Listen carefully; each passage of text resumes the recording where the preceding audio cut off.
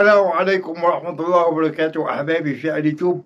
أهلا بكم في تحليل مباراة الجيش الملكي المغربي والنادي الأهلي. فضيحة كروية أفريقية مغربية على الأراضي المغربية بعدم وجود فار، وبالأحداث اللي احنا شفناها بعد تسجيل تريزيجيه في الشوط الثاني. للأسف الشديد انعدام الأخلاق الغير رياضية على الأراضي المغربية. بنبدأ على طول بالشوط الأول، استحواذ نسبي للنادي الأهلي واستحواذ أكثر للجيش الملكي المغربي، وتضييع بعض الفرص المهمة لتريزيجيه وزيزو للأسف الشديد ومحمد شريف، ونتفاجأ بضربة جزاء غير صحيحة من وحي الخيال من الحكم الليبي أحمد الشرماني. للأسف الشديد كنا نطمح في المباراة في الشوط الأول تخرج على الأقل بالتعادل أو تقدم النادي الأهلي، ولكن ضربة الجزاء الغير صحيحة والتحكيم الفاسد الفاجر من الشرماني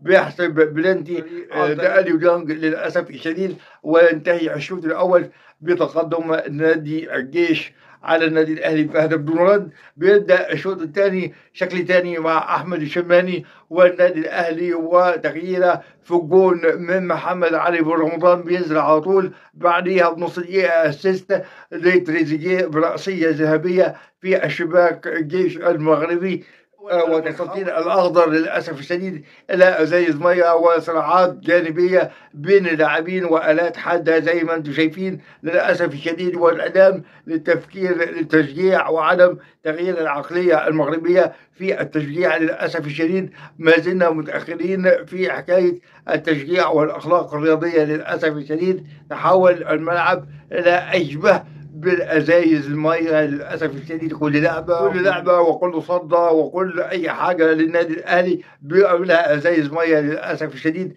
ده كلام ده احنا كنا داعمين للمنتخبات المغربيه في المحافل الدوليه. للاسف الشديد لا يستحق لاعبي وشعب النادي الاهلي هذه المعامله القاسيه على الاراضي المغربيه. لابد من الاعتذار الرسمي من الجهات المعنيه المغربيه على هذه التصرفات، الإجراءات القانونية ضد الحكم الشرماني وضد جماهير الجيش الملكي المغربي. التعادل الغير عادل لأن الأهلي ضيع فرص في الشوط الأول والشوط الثاني. الأهلي كان أحسن، الأهلي كان يستحق الفوز. برافو ديستروب، برافو لاعبي النادي الأهلي، برافو كل الخسائر وأكبر المكاسب. جمهور النادي الأهلي ما بيحبش دور المجموعات مع الفرق العربية بالذات. النادي الاهلي بكره ان شاء الله بامر الله الى الاراضي المصريه. تقييم لاعبي النادي الاهلي في هذه المباراه ما فيش تقييم للاعبي النادي الاهلي لانهم لعيبه رجاله في ظل الظروف داخل المباراه من ضغوطات ورمي ازايز وتوقف المباراة. بالنسبة لتقييم الحكم الشرماني فهو 2 من 10. بالنسبة للقطات اللي احنا شفناها، لقطة وائل جمعة في الاستوديو التحليلي بالرد القوي والقاطع على المحلل ومقدم، فعلا هو راجل من رجالة النادي الأهلي وسفير في الدولة القطرية في استوديوهات بين سبورت الرياضية. اللقطة الثانية هي لقطة سكينة المعجون داخل أرضية الملعب والأزايز المية اللي أنا قلت عليها. للأسف الشديد نحن نطالب باعتذار رسمي لشعب النادي الأهلي من الدولة المغربية المحترمة. ما تنساش السبسكرايب وتفعيل زر الجرس والاشتراك في القناة واللايك المتين الحزين لهذه القناة والقناة الثانية. محمود والكلام في كرة القدم. السلام عليكم ورحمة الله وبركاته.